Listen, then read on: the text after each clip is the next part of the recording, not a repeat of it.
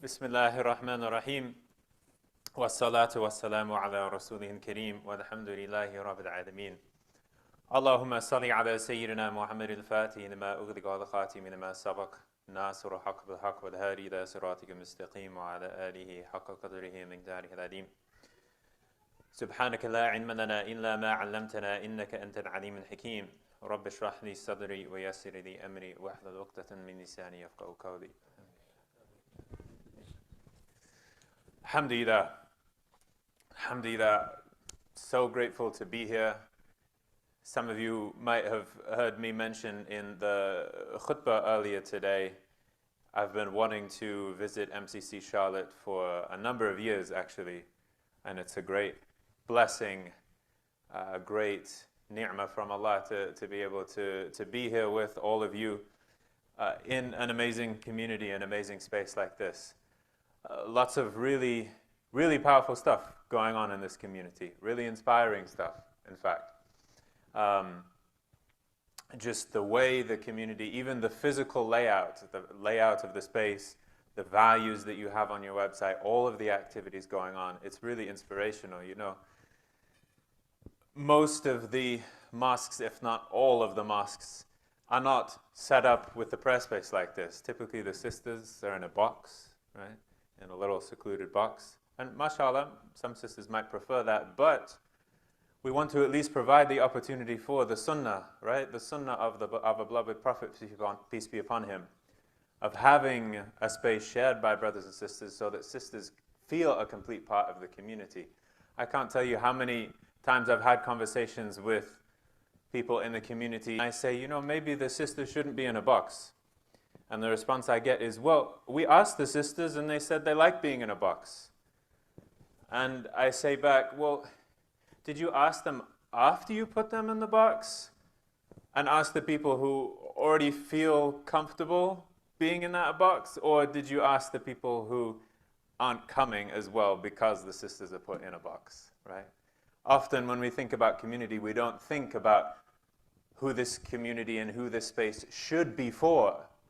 We often think simply about serving the needs of the people already showing up.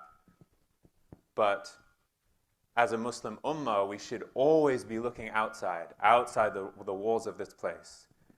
Outside, who can we give da'wah to? Who can we bring in? And I'm a testament to someone who was brought in to the Muslim community, to this ummah of our beloved Prophet sallallahu alaihi wasallam. May peace and prayers be upon him.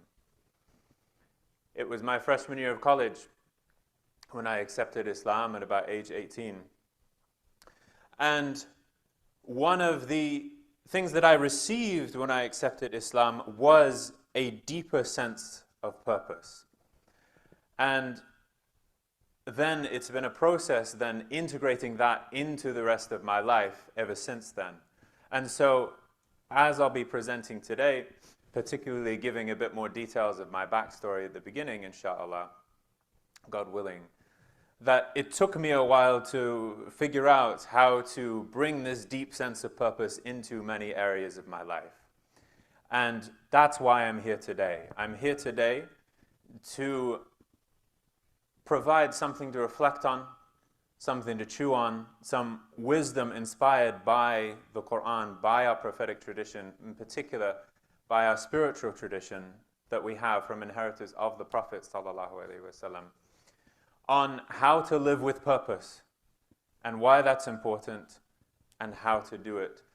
If we learn this, and I sincerely believe that, not because of anything I have to present today, but because of perhaps the intention that you might bring to this space today, to learn about how to define a purpose for yourself, how to let that trickle down into all areas of your life. If this is an intention that you bring here today, right now, for learning this, I can promise you that several things will start to improve in your life.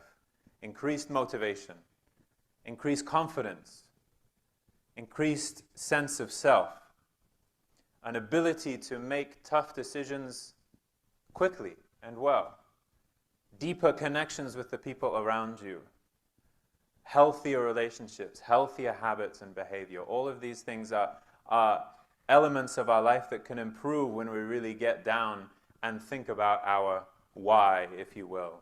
Think about our purpose and really defining that. And so that's one of the reasons why I'm here today and passionate about us as a Muslim community giving this kind of wisdom from the Quran and from the Sunnah to the rest of our society as well. A lot of people today are looking for meaning, they're looking for purpose. And a lot of other people are stepping into the void. Even Christian pastors out there are giving motivational talks at corporate events and that kind of thing. We as Muslims should be stepping into that space. That space belongs to us at the end of the day. We're the ones who really understand our purpose in this world and how to live it out. And so I'm here for that, and I'm also here for the people of Gaza, inshallah. Allahumma faraj anhum. May Allah grant them relief. Because if we live in this society, in Western society, what Western society will tell you is that the purpose of life is, well, to get money, to get power, and some more things. And if it weren't for that sense that Western society gives us, excuse the microphone, if it weren't for that sense of quote-unquote purpose that Western society gives us, the people of Gaza would not be suffering the way that they are today. They are suffering because people seek to gain power, gain wealth, because of the subjugation of our brothers and sisters in Palestine. And so the more that we as an ummah can benefit our broader humanity in terms of understanding what real purpose looks like and how to live it, really we can bring with us that intention of ultimately relieving the pain of so many of our brothers and sisters in this world who are exploited for empty purposes. Empty purposes. So before I came to Islam, my purpose was comparatively empty. When I was in 8th grade, I took a standardized test, the kind of test that asks about your skills and interests and then recommends a field or a career that you should consider going into. And after I took that test, I saw that I scored highest in law enforcement. I like rules. I like telling people to follow rules. So I guess for some reason, the test said I would be good at law enforcement. And I wanted to be the best at law enforcement. So I thought, well, what's the best in law enforcement? FBI. So from the beginning of 8th grade for me, I had the aspiration of being an FBI agent. That's ultimately what got me started in learning Arabic, which exposed me to Islam on a deeper level and also ultimately was my cause for coming to Islam. But when I was in 8th grade, I took this aspiration. I wanted to be an FBI agent. I came into Islam with that aspiration and kept it for a number of years. Even after converting, I did several internships with the FBI. I had a top secret clearance. But, you know, I was young then. I didn't know what the FBI stood for.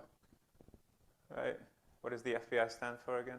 Federal Bureau of Islamophobia, right? Took me a few years to realize that. But when I did, and when I realized that I couldn't both serve an institution, I couldn't both serve a community that I was passionate about and that I felt my heart connected to, and serve the institution that, yes, was doing good investigative and work to bring people to justice in certain regards, but was also targeting and unjustly discriminating against that community. When I realized I couldn't hold that tension together, I realized I had to give up that career. And that left me in an interesting liminal place, an interesting in-between place. Because from 8th grade onwards, from my first time really thinking seriously about career, this was my aspiration. This was my goal in life. I felt like I'd made it when this picture was taken. This is me with the then FBI director, Robert Mueller. I felt like I'd made it. I had motivation. I had a sense of trajectory. I was going to become an agent and then become a supervisory special agent and then teach at the FBI Academy, which I spent a bit of time at. I had a sense of trajectory that propelled me forward, that propelled me through being successful in school, alhamdulillah, being successful being in an Ivy League institution and being the valedictorian of my class at Dartmouth College, propelled me through that. But then when I gave up on this aspiration, I was left with a sense of, okay, what do I do now? Well, I'm a Muslim. I want to increase my knowledge of the deen. I want to serve the community in general. So, mashallah, I had some goals in that regard, but they weren't so well defined. And so I spent a number of years doing just that, pursuing knowledge, serving the community. I worked for Zaytuna College and Ta'leef Collective out in California. I studied, was blessed to study with many gifted teachers. May Allah preserve them all. And those who passed, rahimahumullah, may Allah have mercy on them. Gained a few ijazas, gained an ijazah in Quran memorization, in Islamic spirituality, in basic fiqh and aqidah. And was serving the community in general, but still didn't have quite a sense of exactly what I was doing. Until a friend of mine called me up. Actually, he sent an email before he called me one night. And he had just moved to Brown University in Providence, Rhode Island. It was his first year, and the position of Muslim chaplain, the imam at Brown University, was open. And he sent me an email, and he said, I really think you should apply. And I thought for it a moment, and I thought, okay, me serving privileged, upper middle class, know-it-all students like I was in college, and them expecting me to, what, play basketball with them on the weekends? Doesn't really sound like me. I don't play basketball. No offense.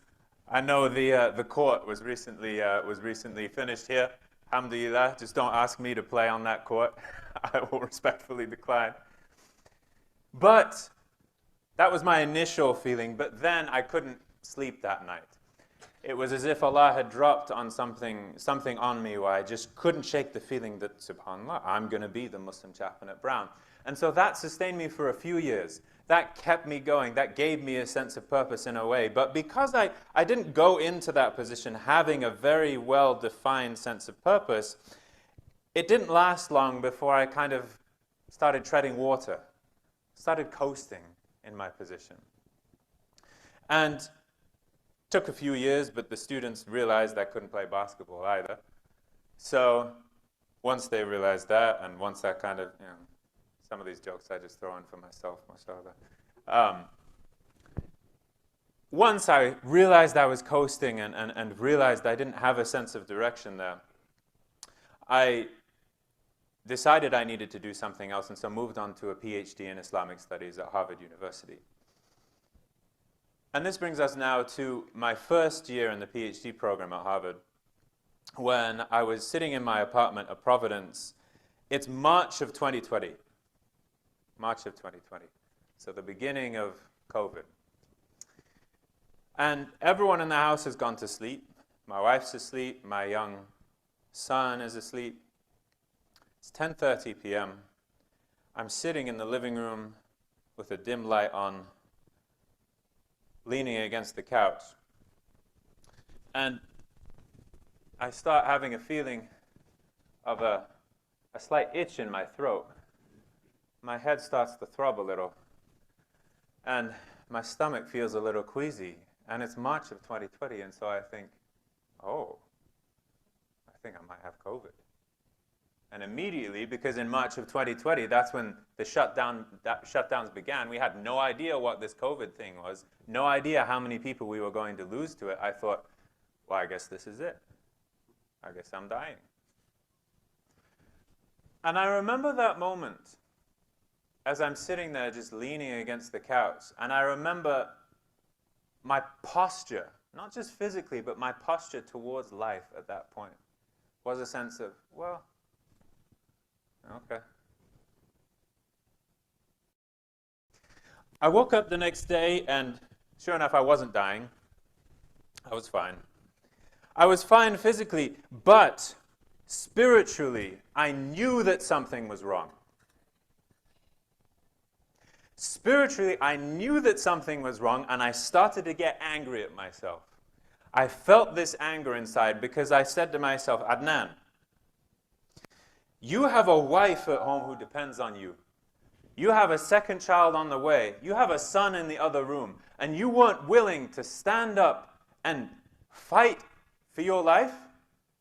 You weren't willing to say to whatever that was that might be decreasing your lifespan, no, I still have some years to live. I still have a mission. Yes, I can accept Allah's decree when it comes, but I'm still going to grasp this life by the horns. Why couldn't you do that? I felt angry at myself, and so I turned that anger into action, and I did two things. One, the whiteboard we had in our office, I wrote in green marker at the top a draft why statement, if you will. I wrote what I thought was my purpose in life and what I wanted to do and how I wanted to serve others. I did that, and also, when things started opening up after the shutdowns, I started jiu-jitsu. So in jiu-jitsu, physically, I'm horrible at jiu-jitsu. I never did wrestling growing up. And so I'm getting in chokeholds. I'm learning how to deal with being choked and not freak out and defend myself against getting in those kind of positions and get out of them. Meanwhile, I'm coming back to my whiteboard and I'm returning to that sense of purpose and returning every day thinking, what pulled me off of that sense of purpose? What allowed me to slip and to start to coast a bit today? And how do I get back to that? So as I was learning how to defend myself physically, I was also learning how to defend myself spiritually, how to take these lessons, these theoretical aspects of our deen that I've been learning for so many years, and really apply them to the nitty-gritty of the day-to-day in my life. And I kept getting choked, spiritually and physically. But over the next few months, over the next few years, I started getting choked less often. I started learning how to defend myself. Not only how to define my purpose in life, but how to defend it. And so now, it's September of 2023, so about half a year ago. I have a habit once a year of heading to visit teachers of mine in West Africa, in Senegal and Mauritania. And I'm in Medina Bay, Senegal, a city of knowledge and spirituality and Quran. And it's the 5th day that I'm there. It's a short trip this year. The next morning, I'm due to head out on my flight back to New York and then to Boston. And on this 5th day, my body does the same thing it usually does when I take a trip like this. My Northern European ancestry starts freaking out and saying, we're not supposed to be here in this dry desert climate. And I get sick with the worst traveler's sickness that I've had ever. Completely just leveled out in bed on the mattress the whole day. Couldn't keep anything down, couldn't eat anything, could barely drink anything, was running to the bathroom every 30 minutes. And at the end of the day, I'm so exhausted, but I say to myself, I have to make that flight tomorrow. I have to make that flight. And one of my English friends also with me on that trip said, you know, you really should visit the clinic. They'll put you up on an IV, get some fluids in your system, you'll feel better, you'll have the energy to get that flight tomorrow morning. And I said, okay, I'll do that. So I talked to one of my Senegalese friends who walked me to the clinic. So we walk into the clinic. I lie down on the hospital bed. The doctor sees me, hooks me up to an IV. It takes a while for it to go through. It's now 2 a.m., about 7-8 hours before my flight is set to leave. And the IV is finally done. I'm feeling some energy. And so I decide, I say to the doctor, I'm going to head out. I'm going to head out, and I have to catch this flight. My family needs me tomorrow. They're expecting me back home tomorrow. The doctor says, no, you should not go on the flight. I said, no, I'm getting on that flight, doctor. I'm getting on that flight. And he said, okay. So I get up from the bed. I have my Senegalese friend, my beloved Barham, may Allah preserve him. He kind of lets me lean on him a bit, and so we go slowly out of the clinic. And it's 2 a.m., but Medina Bay is always bustling. This is pretty much what it looks like at 2 a.m. Still the vendors, there's lights, there's all the noises of the street and the dust and everything, radios blaring, playing Quran, all of these things. And in the midst of that, I'm hobbling down the street, and then suddenly I get this sense, I start feeling really weird. And then I say, Barham, we need to turn around and head back to the clinic. And so I take one small step, and then everything goes black. And I'm in this strange empty space. And I think, where am I? Where am I going? Is this what death is like? And then I come to, and I feel these 4 men on the street have picked me up. These gracious, lovely Senegalese men pick me up, one on each limb. They're carrying me into the clinic. They set me back down on the bed. The doctor takes a look at me and he says, he's fine. He just needs to eat. So, in that moment, I remember being in that black space. And what I felt in that moment was, is this what death is like? But I also felt, well, I don't want this yet. I'm not ready to go yet. I still have work in this life left to do. I got a family to provide for. I'm coming back from this if at all I can. If this is Allah's decree, mashallah, okay, I'm out. But if there's still life in me, I'm going to fight for it, and I'm going to go through and get out of this hole, out of this black space. I think about that moment, and I compare that moment to 3 years prior to that, and the space I was in of just leaning against the couch, ready to accept my own demise. And I realized that I had been given something because of the wisdom of a tradition. I had been given a sense of life, a sense of something to live for, a sense of purpose. And then looking back on that, I also felt the need to try to think about what was it that I put together? What have I been doing over the past few years so that others can benefit, inshallah? And so that's where the content for tonight comes from.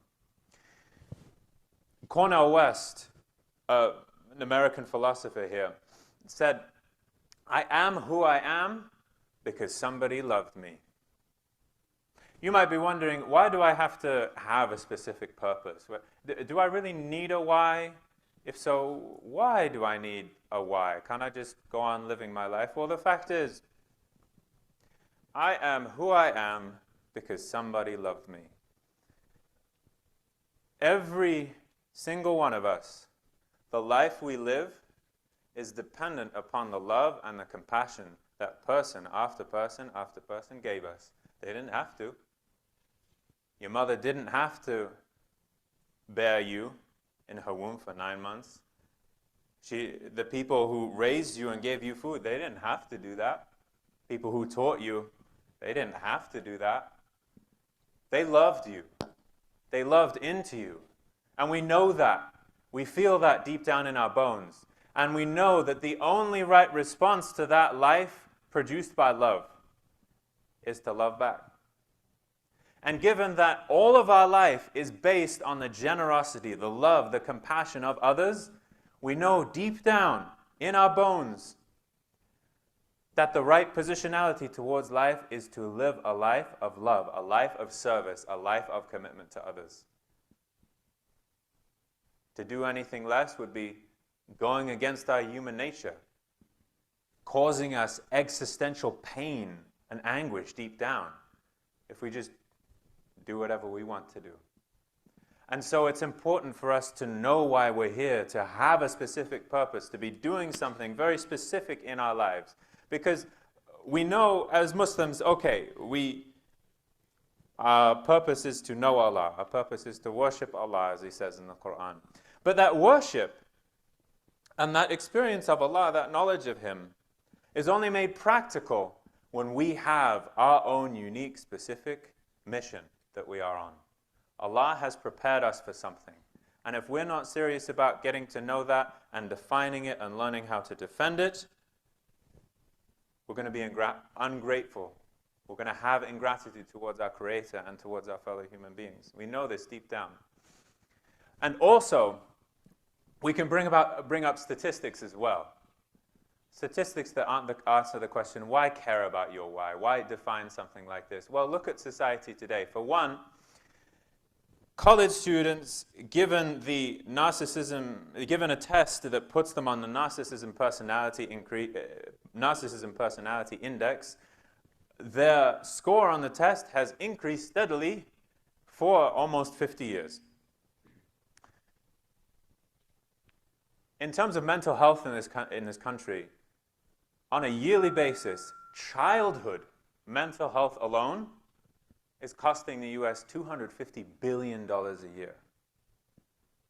On top of that, and specifically, the Institute for Health Metrics and Evaluation estimates that suicide, the ultimate mental health crisis, takes more lives every year than war, murder, and natural disasters combined. And if you were to take the number of years lost in terms of life expectancy of people who make that, what's called a forever decision, take their own lives, may Allah preserve all of us from that.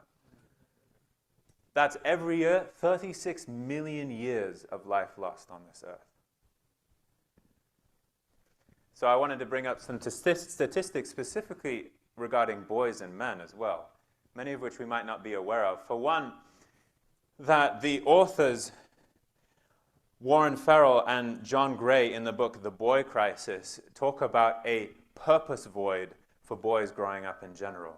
That in general in our society, women are taught that they could raise families or they can have careers. There are many options in front of women, but our boys are socialized into just one particular way, often of being a man.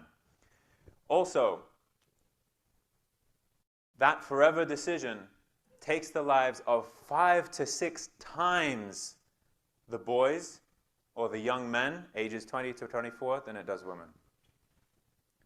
The prison population, the population of people who don't have a sense of where they are in life and how to be productive in society, that's 93% male. Men are 50% more likely to not have a college degree than women, especially when you get into the higher levels of education. Women do a lot better than men do. Our girls do a lot better than boys do.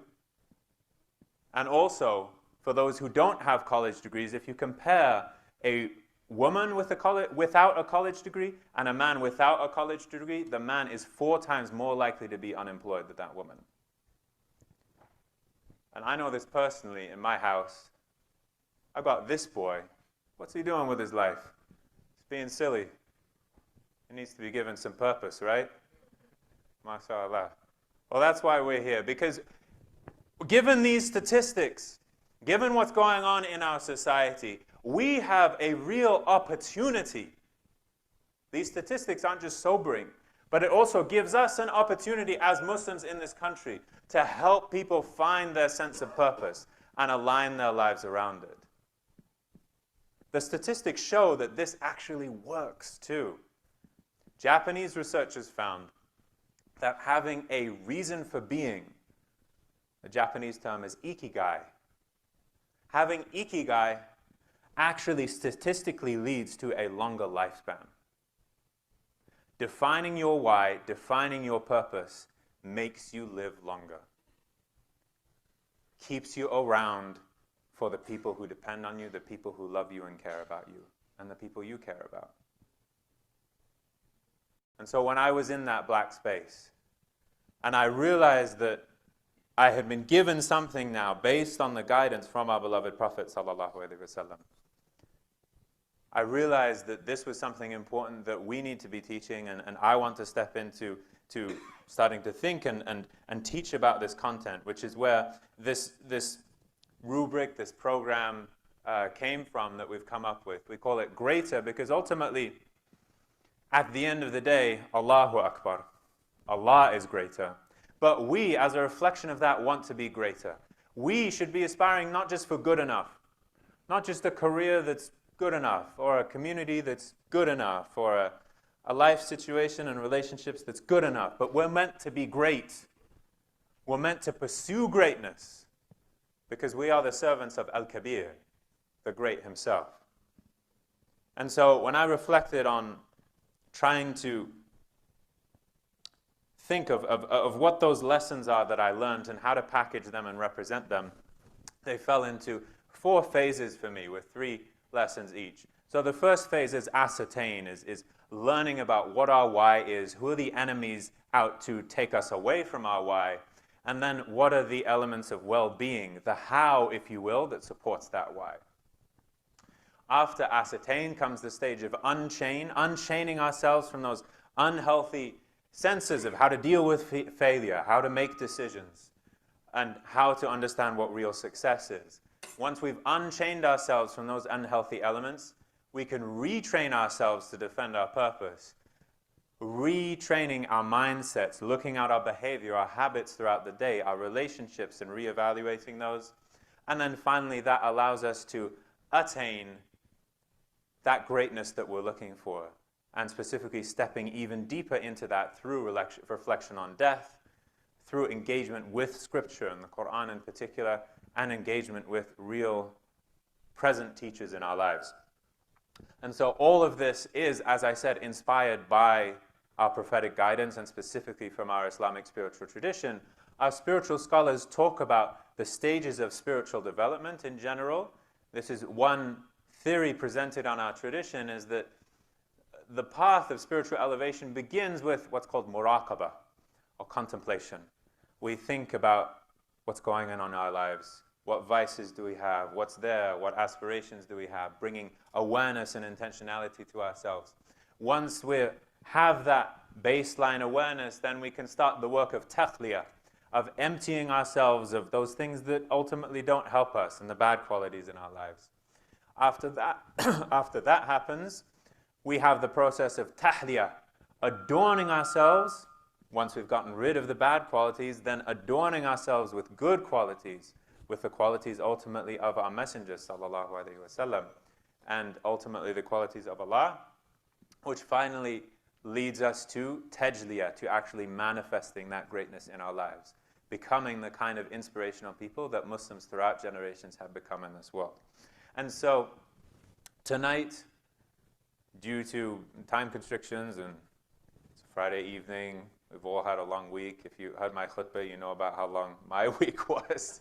Not getting much sleep over the past week.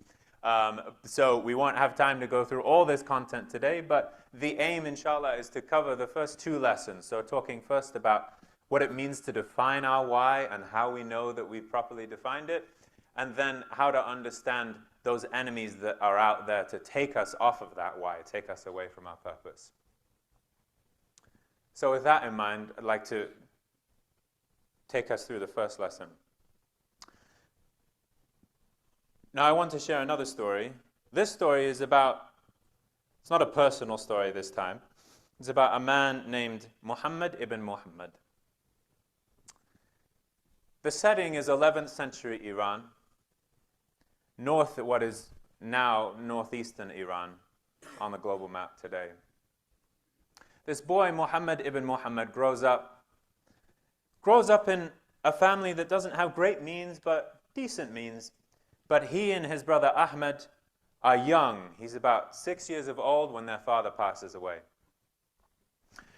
Their father, in his will, leaves them to the care of a local ascetic, a local spiritual man, and the ascetic, being an ascetic, he doesn't have much resources to provide young Muhammad and young Ahmed, so the money, the inheritance from their father runs out very quickly, and so they find themselves without really the means to sustain themselves, and so the ascetic who's looking after them enrolls them in a local madrasa, enrolls them in a pre-seminary program to learn the Islamic sciences. So they enter this program originally just to get food and a place to live. But both Muhammad and Ahmed, they start to realize, and others start to realize, their teachers do, that they have a real knack for gaining Islamic knowledge, a real gift. They learn a massive amount of information and gain a great deal of wisdom in a short period of time. They graduate from that madrasa they entered into a higher one, and from that madrasa into the next one, and keep ascending into institutions until now both Muhammad and his brother Ahmad are at the top institution of their time in Baghdad, the Nizamiya, studying with the top scholar of the time, Al-Juwayni, rahimahullah. And then, now, Muhammad ibn Muhammad is in his mid to late 30s, and now that he's spent about 2 decades learning, studying, learning all this prophetic wisdom, he starts to teach.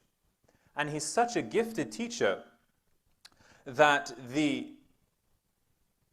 leader of the time, Nizam al-Mulk, notices him and sees his potential and says, I'm going to give you a professorship at this prestigious institution, at the Nizamiya. And so here he is in his late 30s, quite young comparatively, to be having a full professorship, tenured in our modern terms, at the Nizamiya University. And so I want you to imagine what that was like for him, being in this situation, being brought up in destitution, in poverty, being entered into a madrasa simply because he and his brother didn't have any other means for food and shelter. Coming from that background and now being at the top elite institution of his time. The scholars of that time were the superheroes. They were the pop stars of our time. They were the celebrities. So he was a celebrity here. He had fame, he had recognition, he had money, he had prestige, the good comfort, the good food, good clothes, beautiful spaces to be in. And it would have been all right, except that he starts feeling a little strange after a few years. It starts as a physical ailment. He says in his autobiography that he starts losing his taste for food. He can't really eat anymore. Because he can't eat anymore, now he's losing weight, now he's losing energy, he's fatigued. He goes to the doctors in Baghdad, the top doctors of the world at that time, at the pinnacle of Islamic knowledge. And they assess him and say, there is nothing physically wrong that we can find with you. Your ailment is spiritual. And he starts to realize, he realizes he has a deep problem inside of himself. He's gained all this knowledge, all this wisdom, all this prestige, and he realizes he hasn't been able to answer the question, how do I know what I know for sure? And even deeper than that, how do I know what I know about myself? What are my intentions here? What am I after in this position that I'm in? And so the way he describes it in his autobiography is, he said, I became convinced, I had yaqeen, I had absolute certainty that I was on the brink of a bank, overlooking the fire, about to fall into that raging fire. So I was convinced of that. I was convinced I was doing whatever I was doing in my life for the wrong intentions. And he feels himself standing on that brink, and he hears a few voices, a few suggestions during that time. He hears, as he describes it, a herald of faith calling him to move forward, to jump, to leap out, let go of all this, fix yourself, work on yourself, go into seclusion, do anything but what you're doing right now. So he hears that call pulling him forward. But then he talks about the chains of that comfortable life, having the position, having the prestige, having all those things, keeping him back, and knowing, well, it'll be hard. It'll be hard to leave this. I don't know if I can do it. Meanwhile, he says there's a voice whispering in his ear, Shaitan now, Satan coming and saying, you step away from this. That's a rash decision. What's going to happen? Sure, it'll be exciting for a moment, and then you won't have food, you won't have money, you won't have shelter. What are you going to do with your life? Better just stay there. It's a wiser decision. So he says literally for months, he would wake up in the day convinced that he was on this precipice and he just needed to jump. And by the end of the day, he felt so chained and so whispered to that he would back away and say, no, not today. That's a rash decision. He said he continued on this for so many months Until finally he woke up one day and said, today's the day. Bismillah. I can't do it any longer. I have to step away. And so he has a young family. He entrusts his family to the welfare of the state. As for his teaching position, he turns to his brother Ahmed and said, you take it, you fill in for me. And he tells everyone, I'm going on Hajj, which he does, but he takes a bit of a detour on Hajj and ultimately is away for 10 years in seclusion. And so for 10 years, he works on himself. Spiritual exercises. He would spend whole days sometimes just holed up in the minaret of the mosque, worshipping Allah, reading Quran, figuring things out by himself.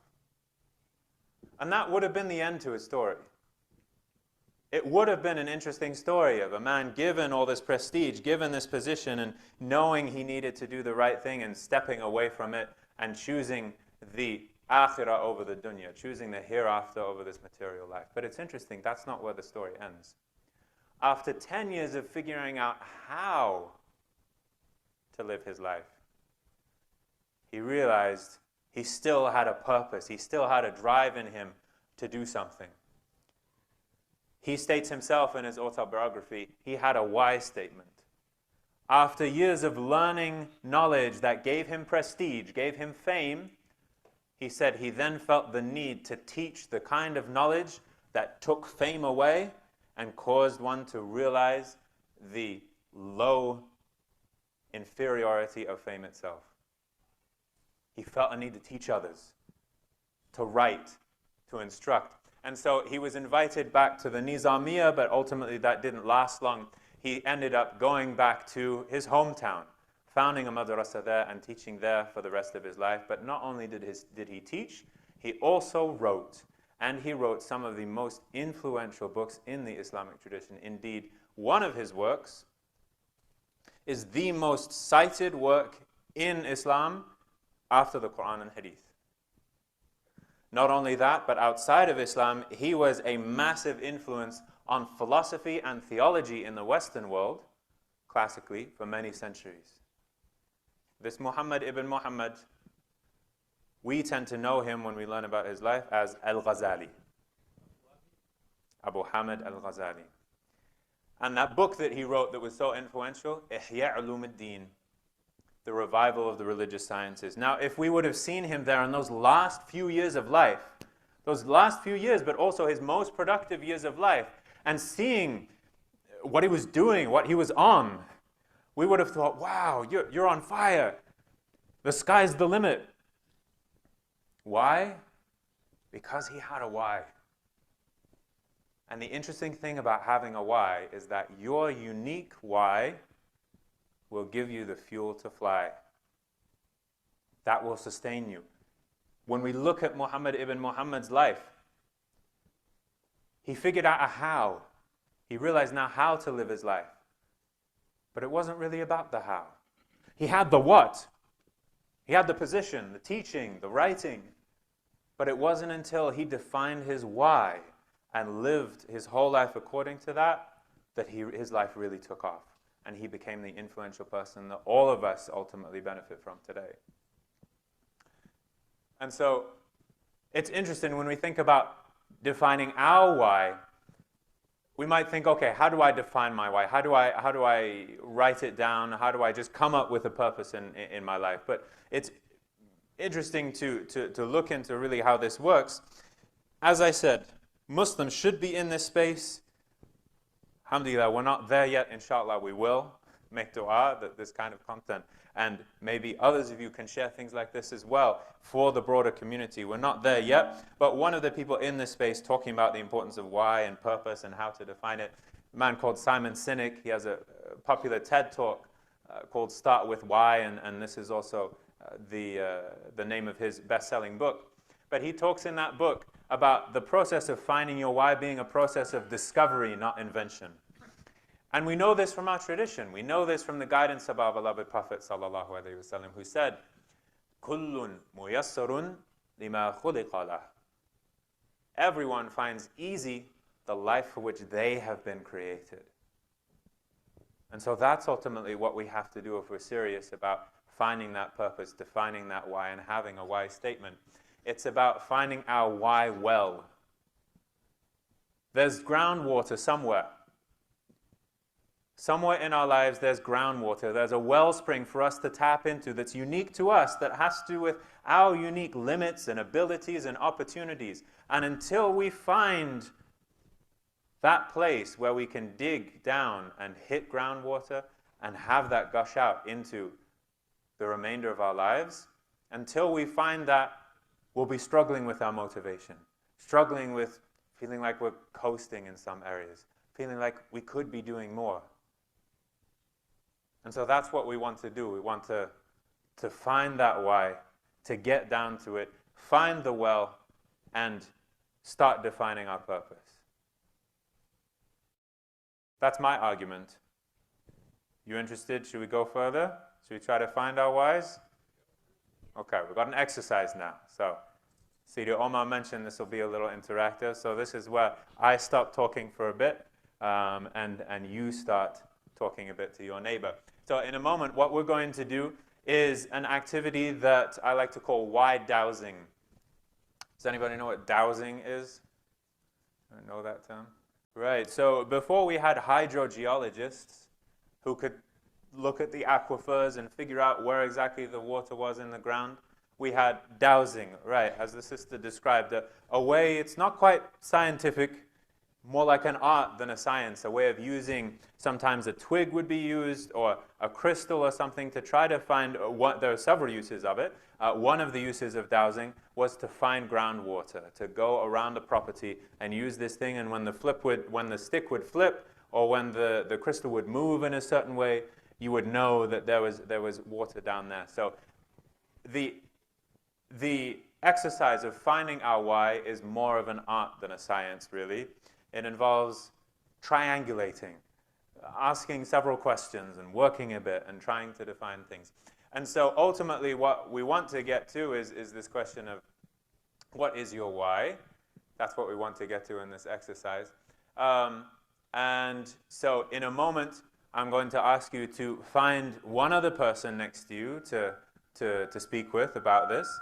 If you're left alone on your lonesome and can't find another partner, then make a group of 3 with some pair. We're going to be doing this for 6 minutes, inshallah. So once you find that person, those 2 people, choose one of you to be a timekeeper. So if you're a group of 3, that means about 2 minutes each. If you're a group of 1, that means 3 minutes each. And start thinking about, what is my why? And here I'll post some questions for you to look at on your own time, as to defining, to starting to think about what your why might be. So I'll give you 60 seconds to take a look at these questions before finding a partner. Take 60 seconds to take a look at these questions. If there are people towards the back, or especially the sisters, if you want to come up front and take a closer picture of it, this will give you time to do so. And then we'll start in our small groups in just under a minute, inshallah. After we do our why dowsing, what's important to do when we think we have a draft of a why statement is to put it to the test, to see how pure that water is, see if we've really hit that why well. And so that's why we have the why quality test kit. And so I'm looking for a volunteer, for someone who thinks they might have a good start at least on defining their why. All right, Bismillah. Okay, so I saw a hand go up right here. So Sisi, would you want to come up? That's all right. Do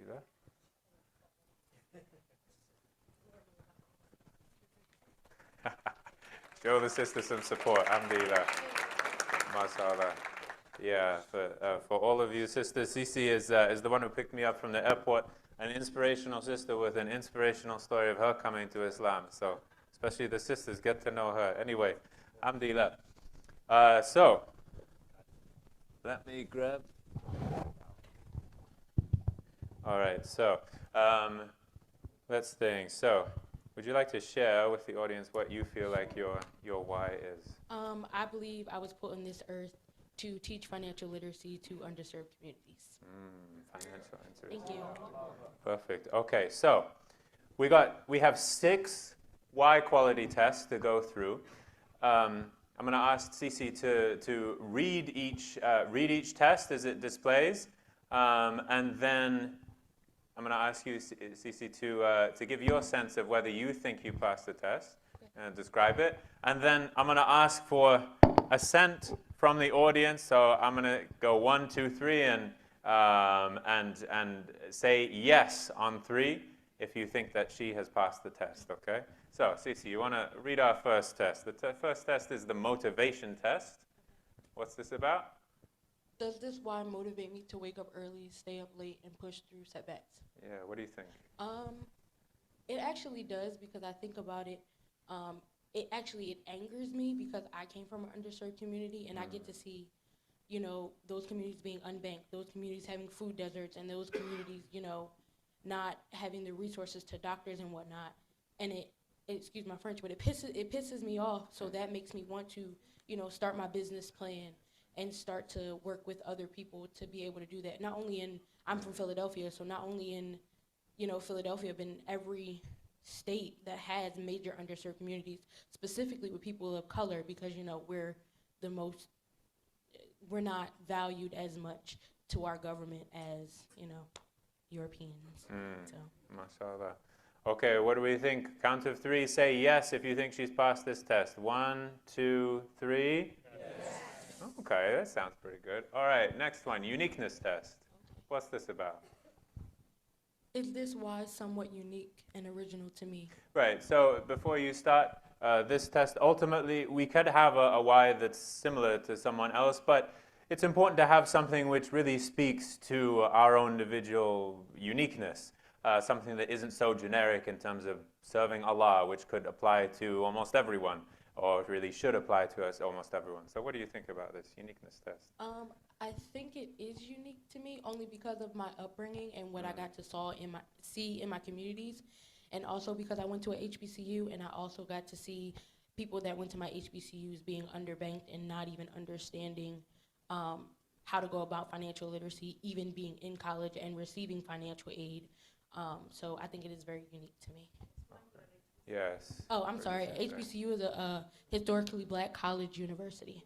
Right, I went to okay. Lincoln University. What do we think? 1, 2, 3? Yes. Okay, pretty good. Next one is the memorability test. Okay, what's this about?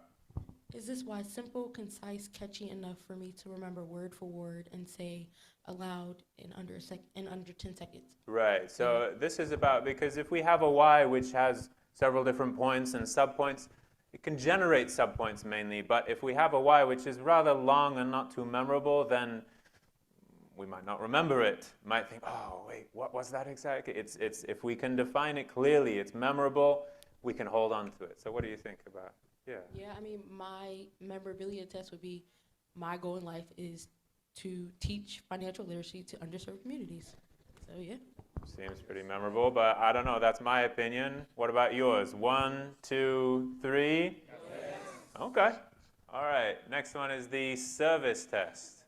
What's this about? Does this why involve serving all of humanity rather than a select few people that I care about? Right. And so for this, especially some of us may have our why may be intimately connected just simply to serving our family and to raising our children. There's nothing wrong with that as long as the intention we bring to that is the sense of that khair, that benefit extends outward, is ultimately not just in service of I'm only here for these few people, right? But that extends.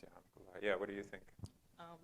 Yeah, I want to help the entire world. So, yeah. Right, and although yours is particular to underserved communities, right, serving the underserved communities is something that helps all of us. Well, exactly. If I'm able to, let's say I'm able to help one child, right, and they're able to help an entire community after me, and an entire community after me. So I feel like even if I'm able to inspire one person in life, I've done something. Okay. So yeah. Yeah. What do we think? 1, 2, 3? Yes. All right. Okay. Next, number 5, we have the future test. What's this about? Does this why start to give me clarity about what education, employment, and lifestyle I should pursue? Yeah, I have my degree in management and finance. I'm a financial analyst, and I plan on getting my CFP. So I think I'm on the right track. Okay. Do you agree? 1, 2, 3. Okay. And one more. So one quick thing, a CFP Yeah. is a certified financial planner. Okay. Thanks for defining the acronym again, too. Finally, we have the generative test. Would this why continue to generate something for me to do regardless of how long I lived and what I had accomplished? Right, because ultimately sometimes we live for the weekends and not necessarily for the week. We live for that retirement, but when we retire, are we still going to be motivated towards really serving humanity in this world, or are we looking for that break when we can just relax, right? Ultimately, we want something that really sustains us. What do you think? I think yes, because I want it to be a curriculum that can be passed around. So as we know, books survive much longer than human beings. So hopefully it would surpass me in life. Perfect. Okay, finally, putting it to the audience. 1, 2, 3. Okay. All right. Okay. Well, thank you very much, Cece. I appreciate it.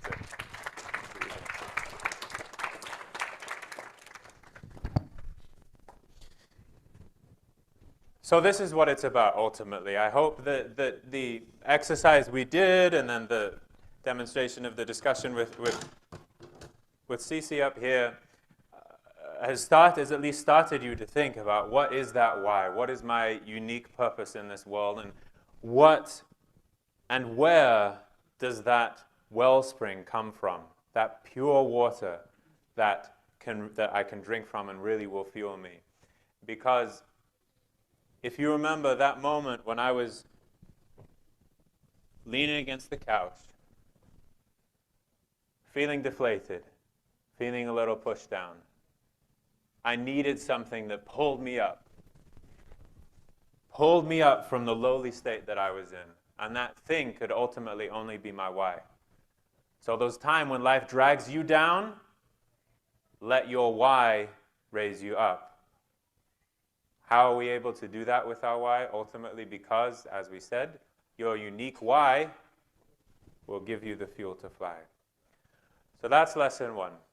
Now, inshallah, lesson 2, before I let you go for tonight. Because the fact is, that's the content we've gone through so far is all well and good, but if I left you with just that content, it would be like, well, today, this is actually my first time in Charlotte. It's my first time in the airport. And I was so grateful as I was going through the airport. I thought, you know what? I'm so grateful I don't have a connection to make because this is the absolute crowded, busiest, crazy airport I've ever been to. I would have not made my connection. And so if I told you just that first lesson about how to define your why and the importance of it, it might be like me trying to make a connection in Charlotte. I got a ticket, but am I going anywhere? Might be kept back. Because at the end of the day, there are enemies out to get us that desperately want to take our why from us. And so if we do not understand this fundamental lesson, then we will quickly be diverted. Our why will become corrupted. Look at the drawings we've made of these enemies. They all have a little vial of poison. They all have that poison that they want to sneak and come to that well and dump a bit of poison of their own why, what they think you should be living for, and corrupting and polluting that pure water that you should be drinking from.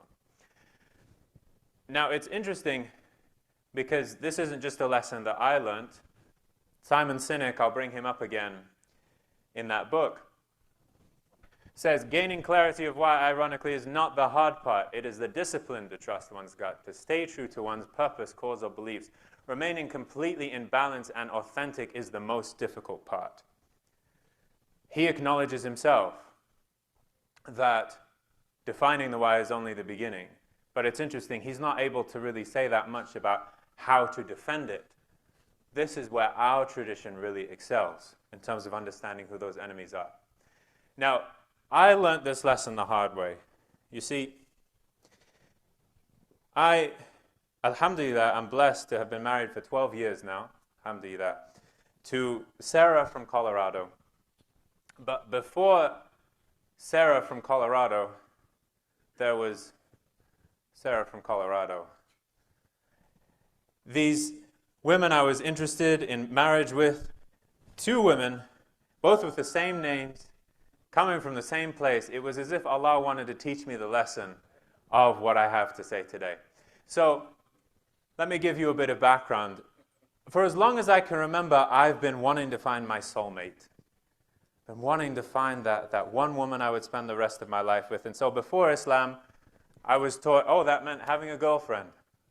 So, alhamdulillah, Allah protected me from, being physically involved to that extent.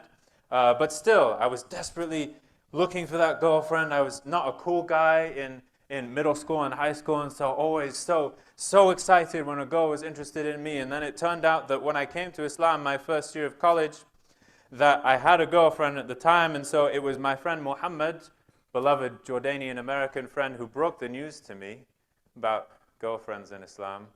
I remember that moment. I was sitting in the car with him. He was driving me back from the masjid, and he said, "Do you have a girlfriend or anything like that?" I said, "Yeah, I do actually." He says, "Okay, Adrian, so this is what you do. You be a player. You say, hey girl, you want to get married?" And I thought, you and I have vastly different definitions of the word player. And I'm not sure that's really going to work in my context. But I was serious about Islam, so I knew, okay, I can't ask this woman to marry me. That's just strange from my culture. And so I knew I had to end that relationship. So I ended it quite soon after. And so here I was, a Muslim for a year, then 2 years. And as I said, I still hold that part of me close to my why, that when we get into, inshallah, tomorrow, if you want to join us tomorrow, we'll get into some more content. The next lesson after this is about the how that supports the why and how we can define that and work on that. So part of the how that supported my why was having a lifelong partner, having that soulmate. And so here I was 2 years into Islam and really wanting that soulmate and having to go against everything I was taught, that, if I dressed the part and looked nice and had cufflinks and a little pocket square, then the women would be interested in me. And then I was told that no, you're not just trying to convince a sister to be with you for 1 hour date, you're actually convincing a sister to be with you for one lifetime. So I thought, okay, mashallah, that's a big ask. So Ramadan came around and I felt, okay, this is my chance. Ramadan, this is the time when du'as are answered. May Allah allow us to reach Ramadan this year with it coming up. Allahumma balighna Ramadan. And so that Ramadan, 2 years after becoming Muslim, I had that one dua I would make every night of Ramadan. Ya Allah, give me my soulmate. Ya Allah, give me my soulmate. And then sure enough, a few weeks after Ramadan, I meet Sarah from Colorado, the first one. Finally now, someone who is interested in me, interested in me as a Muslim too. I can think seriously about, spending my life with this woman. Maybe this is it. This must be the answer to my dua. I know that duas in Ramadan are answered. This must be it. And so I started talking to Sarah. We started talking about spending our lives together and getting to know each other and that kind of thing. And I was so focused on that dua being answered, so focused on the box to check, that I didn't see what was happening in front of my eyes. You see, I was in Alexandria at the time on an intensive Arabic study program. So I'm a lonely kid. I'm an only child, was raised by a single mother largely, and so I grew up lonely. I'm extra lonely because I'm on an Arabic program in Alexandria with a language requirement that I have to only speak Arabic, so I'm feeling desperately alone. And here finally is the answer to my duas, but I didn't realize how wrong I was. I was so focused on finding that person, checking that box, having that soulmate, that I didn't realize what was happening inside. That yes, we were compatible to a certain degree, but on the things that mattered most, we were in completely different places. Alhamdulillah, she didn't bring me away from Islam, but Islam is the most important thing to me. Talking about religion and spirituality, that's where I get my life from. She didn't really like to talk about religion and spirituality and that kind of thing. She just wanted it left alone. Oh, please don't, let's not talk about that stuff. Let's not talk deep like that. So I said, okay, yeah, I can change. I can kind of find other avenues for that. I started changing myself. I started shifting myself towards that relationship and towards what I felt like I should be in that relationship. I started hollowing myself out. And so no wonder when this program is done, we're no longer in Alexandria together. Now we're returning to our respective universities. I return to Dartmouth College up in New Hampshire. She returns to Tufts in Boston. It's a 2-hour bus ride. We can maintain that relationship, right? We can keep talking to each other, but no, she wasn't having it. No matter how much I pleaded, how much I degraded myself in a way, asking her, begging her to just consider still continuing things, until finally she made it clear we could not go on. And I remember that day at Dartmouth, in the library at Novak Cafe. And so Novak Cafe is a place where it's lunchtime. There's all this sound around. Everyone's getting their lunch. Everyone's getting a burrito wrap or a smoothie or something. There's all these colorful posters around, all this color, all this noise, the cacophony of voices and eating against the linoleum floor and all of these sounds and everything. And yet inside, for me, the whole world looked gray. The whole audiosphere, if you will, all the sounds around me, they sounded muted. I felt broken. I felt hollowed out inside because that's what I'd done to myself. I'd hollowed myself out, sold my soul in a bit of a way. Alhamdulillah, not ultimately, but still, I'd compromised in pursuit of a checkbox, ultimately. And I realized I needed to do some work, and so that spring break, a friend and I, we spent a week in silence at a monastery in Michigan. During that time, that was the first time I picked up books on Islamic spirituality, such as Purification of the Heart, translated by Sheikh Hamza Yusuf, and The Key to the Garden from the Ba'alawi tradition. And so I started delving into this information, started working on myself and really figuring out some things, some deep things.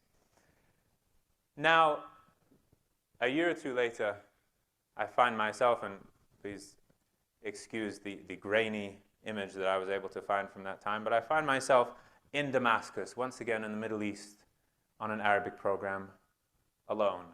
I had a roommate actually in this apartment, and the Syrian authorities, for some reason, didn't allow him in after he went away for summer break. So now I'm alone in my apartment.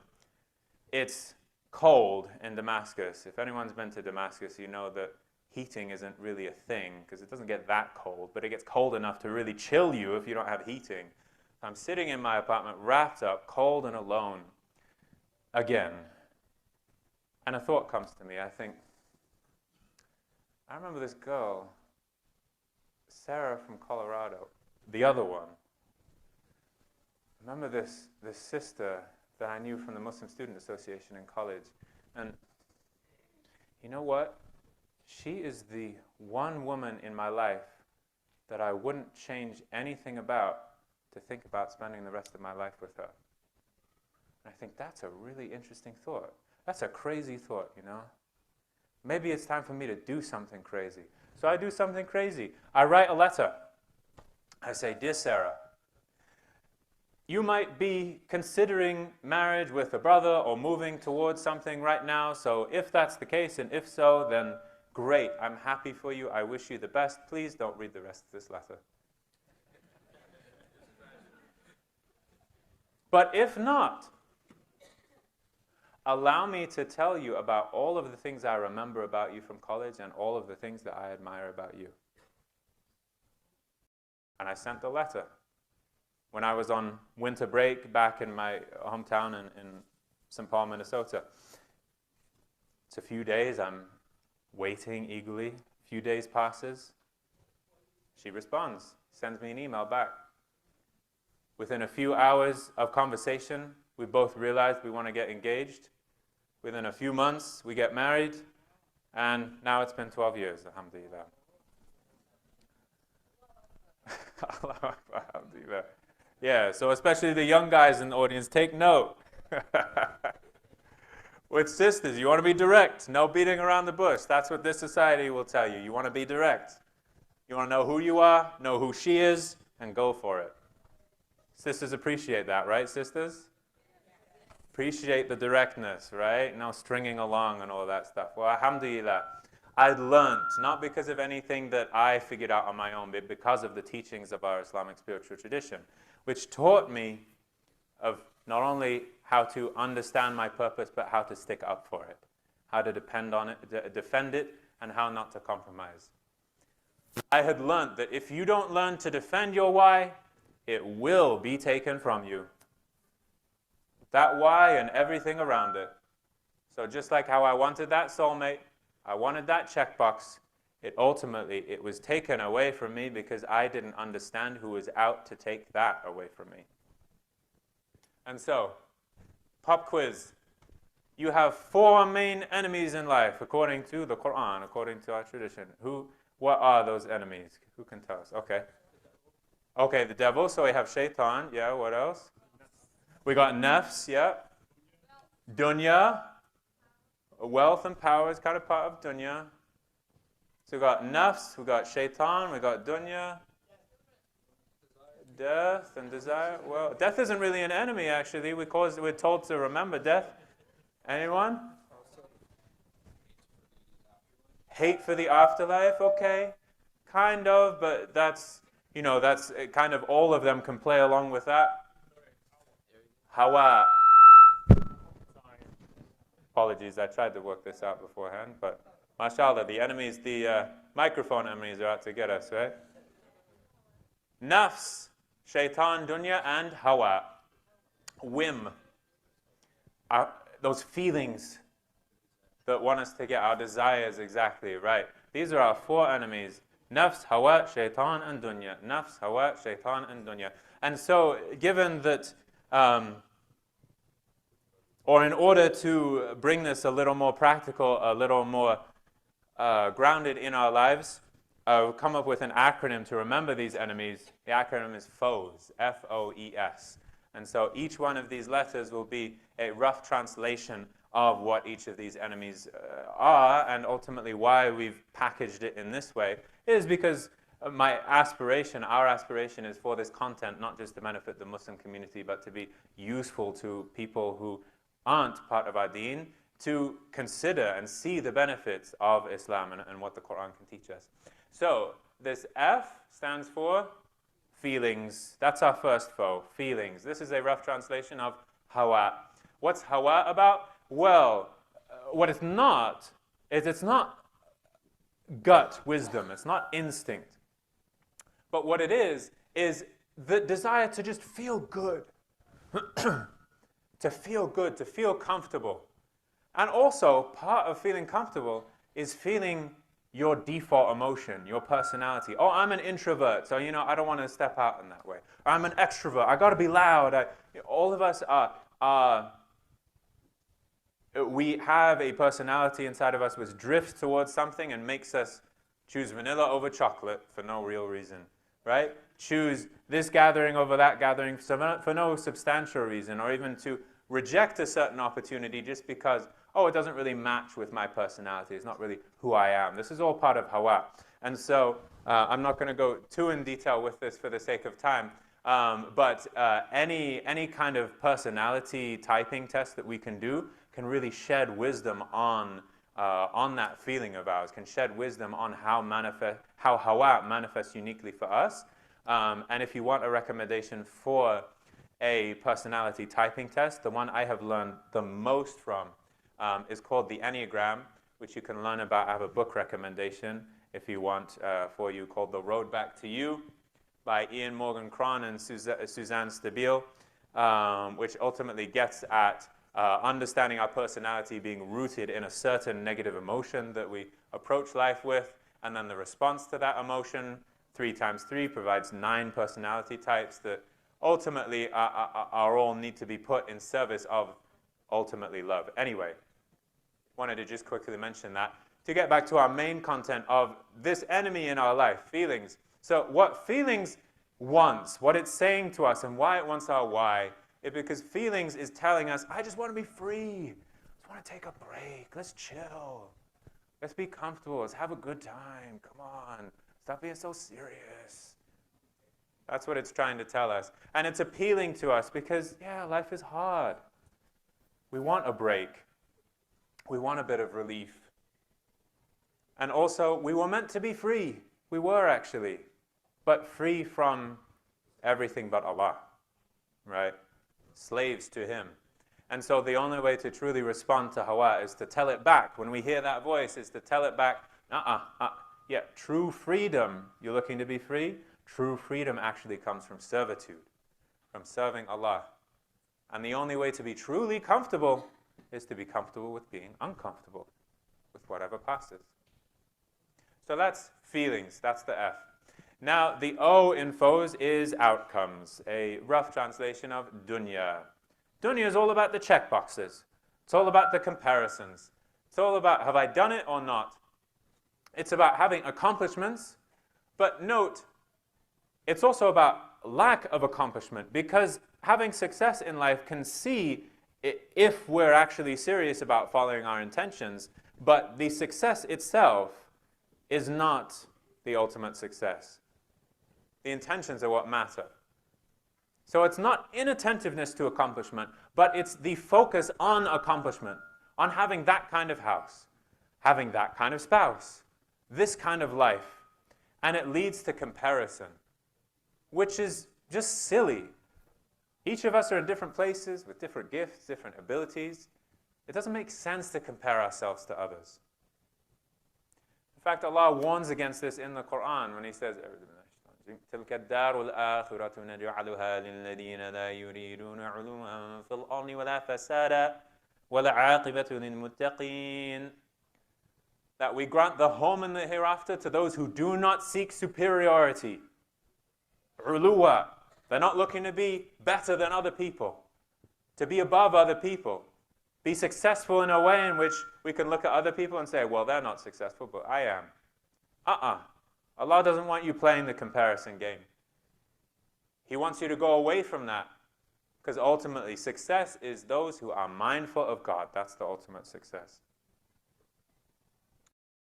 And what does success look like? Well, He says, قَدْ أَفْلَحَ الْمُؤْمِنُونَ.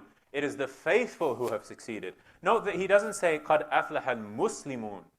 Not the people of Islam who have succeeded, but the people of Iman. And if we know anything about the dimensions of our faith, Islam, Iman, Ihsan, Iman is more intangible than Islam. Islam is about checkboxes. Have you prayed or not? Have you prayed on time? Did you fast properly? Those are the checkboxes that prepare us spiritually to go deeper. The question of, do you really have Iman and how deep is it? That's a qualitative, not a quantitative question. You can't make that into a checkbox. You can't make success into a checkbox. And ultimately, this foundational hadith from our beloved Prophet sallallahu alaihi wasallam, إِنَّمَا الْأَعْمَالُ بِالنِّيَّاتِ وَإِنَّمَا لِكُلِّ امْرِئٍ مَّا نَوَىٰ. That actions are based only on intentions. In the Arabic, the particle innama means forget everything else. And what comes after this innama is the real thing. إِنَّمَا الْأَعْمَالُ بِالنِّيَّاتِ. Actions are based on outcomes? On being better? Actions are based on intentions, and everyone has exactly what they intended. This is our tradition. And so outcomes wants to tell us differently.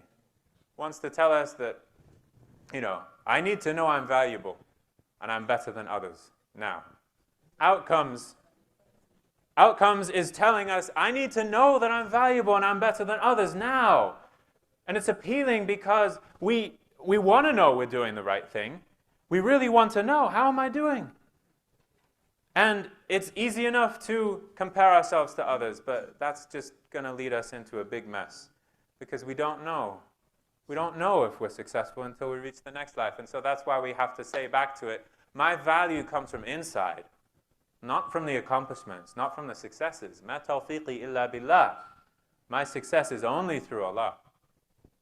That success will continue to unfold. I don't know how much longer I have in this world and have to keep that up. There's no checkbox that I get to reach. and I can only compete with myself. That's the only fair comparison. As the saying in our tradition goes, "Man istawa yawmahu fahuwa maghbun." Whoever has 2 days equal to each other has been cheated out of something. I.e., every day you should be better than the last. Third enemy, ego. All right, so rough translation of nafs. This is not your individuality, which is important. That gets at your why, your uniqueness. But specifically, it's about the focus on me and me alone, filling up myself, filling myself with food and drink and pleasure, wanting my way, wanting to impose myself on everything around. You know, this is where our kids start out, mashallah. May Allah preserve them all and allow us to do proper tarbiyah and upraising of them. We all know how that goes, that big inflated nafs that has to be tamed, right? Always wanting my way. It yells at us, I want to be full, and I want the world to acknowledge me. How do we respond?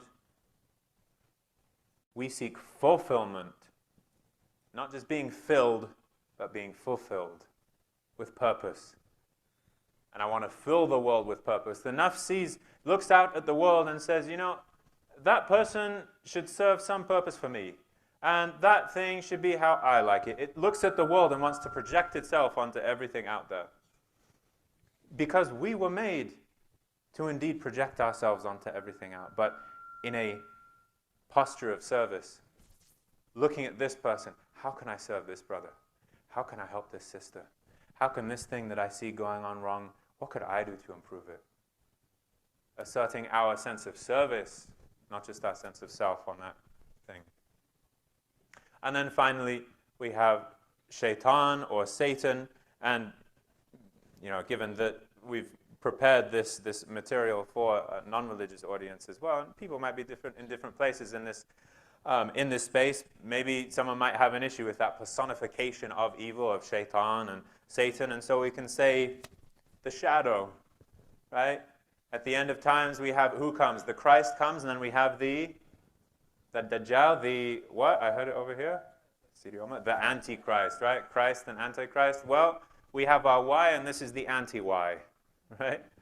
Wants to take us away, just anything but our Y. So this is Shaitan, la'anahullah, may Allah curse him. So this has to do with, he wants to call us to moral failure, doing bad things. If he can't call us to that, he wants to call us to things that we know are beneath us. Now note, not to confuse this with what society thinks is wrong, or with what is illegal, especially these days with all the pressure on people protesting for Palestine. That's not right. We need to take a stand. Some of us need to get arrested, as long as, you know, we can still provide for our families and that kind of thing. Good trouble, as it's called. Right? And so often, and the reason why this is appealing, the reason why this call of shaitan, where he's saying to you, well, I'm a danger to self and others. Look at this capacity for evil. Look at what I could become. I'm probably going to fail. He's whispering, saying, you're probably going to mess up. Better watch out. Better watch out. You're not really that good. It's appealing because we doubt ourselves. We do know that we have this potential for evil, but also we do know that we're different. We want to be different. We need to be different, but not in this way that he's calling us to, in terms of our unique why. And so we have to say to ourselves, or say to shaitan, my dangerous potential signals a strength, not a weakness, which others might temporarily see as failure. Other people might not understand why I'm doing what I'm doing, but I know it has to be so. The Prophet, sallallahu alaihi wasallam, the best man in human history, at the very beginning especially, everyone around him is saying, you are a horrible person. What are you doing? You're wrecking society. Sometimes our why calls us to go against everyone, but not in pursuit of shaitan, not in terms of what's beneath us. And so these are our enemies: feelings, outcomes, ego, and Satan. And the final point to understand on this is that these enemies are not just inside of us, but since they're inside of us, they're inside of other people. So they're both internal and external enemies. Can manifest in both ways. Allah gives us this wisdom in the Quran when he talks in the final surah. قُلْ أَعُوذُ بِرَبِّ النَّاسِ مَلِكِ النَّاسِ إِلَهِ النَّاسِ مِنْ شَرِّ الْوَسْوَاسِ الْخَنَّاسِ الَّذِي يُوَسْوِسُ فِي صُدُورِ النَّاسِ مِنَ الْجِنَّةِ وَالنَّاسِ. Right, from both jinn kind, the shaitan, from both jinn kind and human kind, internal and external. And he promises us, he says, if we turn away from our intentionality with Allah, what's going to happen? We designate a shaitan for him, who is his close companion. May Allah protect us. So these are our foes. And when you look back at my story with the two Sarahs from Colorado, you can see that at the beginning, I was led astray by my foes. Right? I just wanted to feel good. I didn't want to feel alone. Life was hard without a spouse. Right? I wanted that checkbox. I wanted that dua answered on my time. I wanted my time now, how I want it. Right? And ultimately, it led to me hollowing out myself, doing things that were just beneath me. I didn't need to be doing. But at the same time, in that low point in my life, it was also an opportunity. So when you have setbacks in the pursuit of your why, take those setbacks in the pursuit of your why as reminders to check for foes' poisons. Because we can't always be, we're human, we're forgetful, we can't always be on our game, we can't always have the right intentions, and so we're not always thinking about those foes and what they might be doing to us. But in those times when the setbacks come, we start questioning ourselves. Oh, seems like Allah is pushing me back, holding me back from this opportunity. That's the time to think, how could my foes have polluted that why? How could they have corrupted it? May Allah preserve our children. And so, in the few minutes we have left, we have time for one more exercise, just a few minutes before we conclude. And let's think about now, how has my why, or if I don't have necessarily a sense of why, some goal that I've had in the past been poisoned? Or how might my why be poisoned in the future? Okay, alhamdulillah. So, I hope this exercise has been a little helpful. It has to be understood that not all of these are clear-cut, clearly. We're dealing with spiritual issues. So, for example, your why might result in relaxation and comfort as a byproduct, and there's nothing you can do to help it. Right? All of these can be put in more context, can be given nuance, so that's important to understand. But ultimately, this is a helpful exercise to start to think, how could our why be corrupted right now or could become corrupted in the future? And so we've gone through a lot of content tonight. I've thrown a lot at you. So you might be wondering, okay, wait, what did we learn? And how does this fit together and everything? So just quick recap. We've talked about how to define our why and why that's important and why it's important for society at large, for us as an ummah, as Muslims in this country in particular, to be helping people understand this, and not only to how to define that why, but how to defend that why against the enemies set out to work against it. And so you might also be wondering, well, this is interesting content, how can I learn the rest of it? Well, inshallah, I'll be here tomorrow at 3 o'clock. And so we're going to go about 3 to 6 p.m. tomorrow. So the first hour and 15 minutes about, before we pray Asr, is going to be a quick recap of what we've talked about tonight. So if you want that recap, come at 3.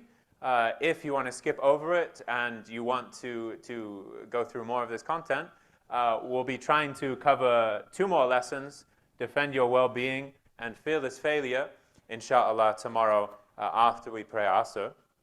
But we won't have time to cover all of this material, so ultimately, if you're interested in continuing to benefit from this material, we have a few resources. If you go to fightforyourwhy.com, you can take a why muscle strength test to see how strong is your why, how strong are you able to defend it. We'll also be setting up in the near future, inshallah, a weekly newsletter about this kind of content. and the resources available for it. So you can sign up for that. It hasn't started yet, but you can at least get your name and email on that list if you want to. And then also you can see about a coaching program there too to go through this content. Eventually, inshallah, I would like to get a book out there about this and have some online classes and that kind of thing. But at this moment, all we have available is a coaching program. If you're interested in getting some personalized coaching, going through this material, and need help like I did, thinking it back a few years ago, it would have saved me a lot of time and anguish if I'd gone through this material myself. So that's just in terms of further resources. But now to conclude, I want to conclude finally on a story. Moment ago, when we were talking about the content of lesson 1, I told you about the story of Muhammad ibn Muhammad, rahimahullah, al-Ghazali. Now I want to tell you about a feature of this story, or a reminder, because many of us know this story, but just a reminder and a reflection on the story of Muhammad ibn Abdullah, sallallahu alayhi wasallam, our beloved Prophet, peace be upon him. And so the setting of this particular instance in his life now, it's the 11th year of his prophethood. In the 11th year, this is the year after what's called the year of sadness, a long year. If you think about it, and think about what he's going through in his 11th year of prophecy, it's been 3 years of a ban on the Muslim community. The rest of the people of Mecca are forbidden from trading with them, interacting with them, associating with them at all. They're isolated from their community. As an effect of this ban, the Muslims have almost nothing. Think about the state that he's in. Not only is he alone, not only is he there in the cold desert night, often without proper shelter for himself. Not only is he hungry, thirsty, his throat parched, his stomach aching. Not only does his body hurt, but his heart hurts too.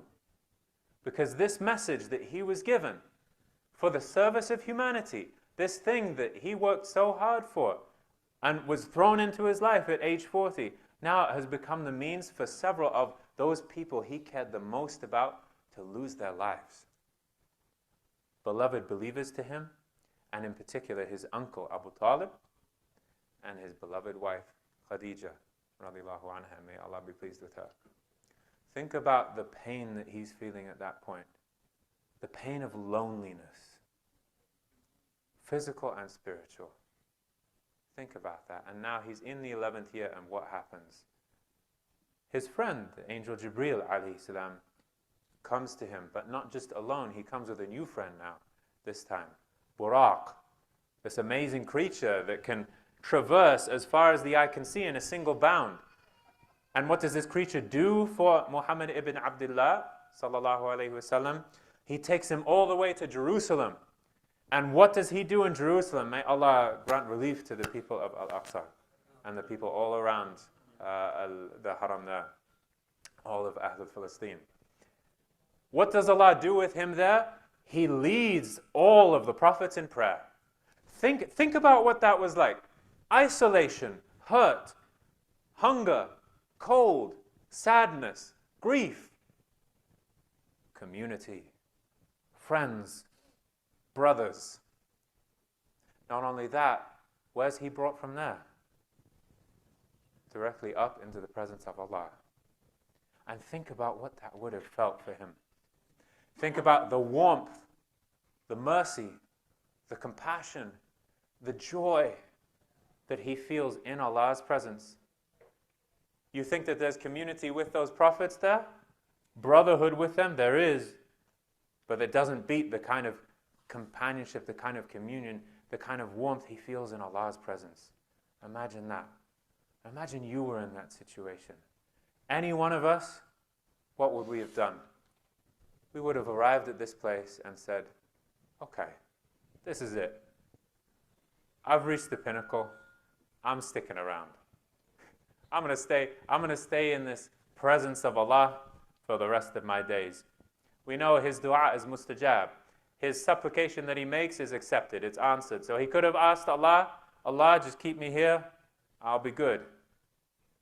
and it would have been answered of him. But he didn't do that. He went from the highest heaven, from the community, the companionship, the warmth, the mercy, the love, that connection, and he came back down to the grief, to the sadness, to the cold, to the hunger. He came down for us. He came down because he still had a purpose. He still had a mission.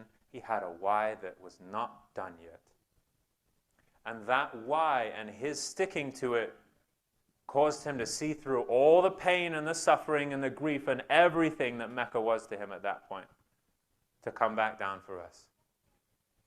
And so, alhamdulillah, it's a great joy to be here in a space like this. The masjid is a beautiful, inspiring place.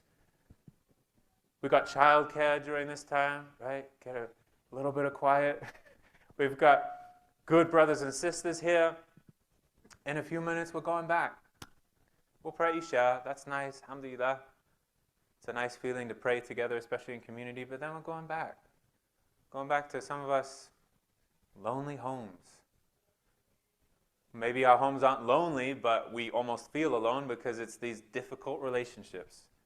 Going back to the pressures, the financial pressures, the deadlines, the bills, all that stuff.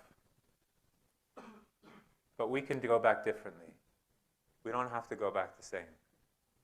When we have that why and live and align our life to it, all of that stuff, all that grief, all that pain, all that lack of joy, all that difficulty, it withers away when we know what we're here for. And we pursue it and we live according to that and we drink from that well.